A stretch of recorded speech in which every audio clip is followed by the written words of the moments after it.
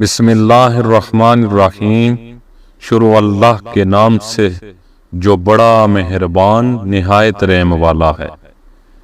केले के छिलके चेहरे पर रगड़ने से नशानात खत्म हो जाते हैं।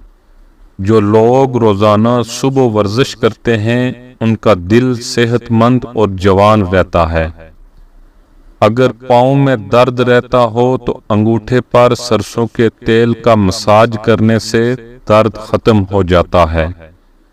पुदीने का पानी कान में डालने से बहुत सी बीमारियों से शिफा मिल जाती है।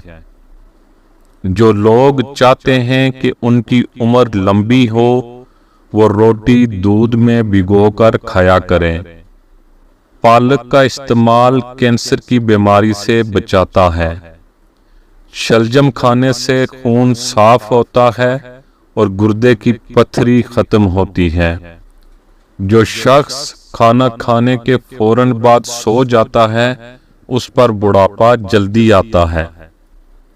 घुटनों पर जैतून का तेल लगाने से घुटनों का दर्द खत्म हो जाता है। उबले चावलों के पानी से चेहरे को धोने से चेहरे की चिकनाई खत्म हो जाती है। अगर बच्चा बिस्तर पर पेशाब करता है तो उसे खाना खाने के बाद आधी चम्मच सौंफ की खिला दें। ज्यादा डिप्रेशन का शिकार रहने से बाल तेजी से सफेद हो जाएंगे। शाम को कभी भी प्याज मत खाना, बवासीर हो जाएगी। शाम को कभी भी मूंगफली मत खाना, दमा हो जाएगा। शाम को कभी भी चावल न खाना, चर्बी बढ़ जाएगी। शाम को टोपी पहनकर सोने से दिमाग कम होता है। रात को सोने से पहले चाय पीना सर दर्द का सबब बन सकता है। दही खाने से डिप्रेशन और ज़हनी दबाव का खात्मा होता है। जापानी फल खाने से नक्सीर खत्म हो जाती है और दिमाग को कुव्वत मिलती है।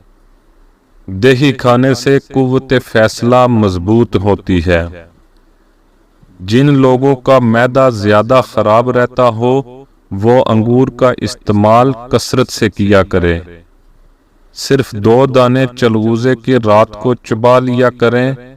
80 साल तक पट्टे कमजोर नहीं होंगे।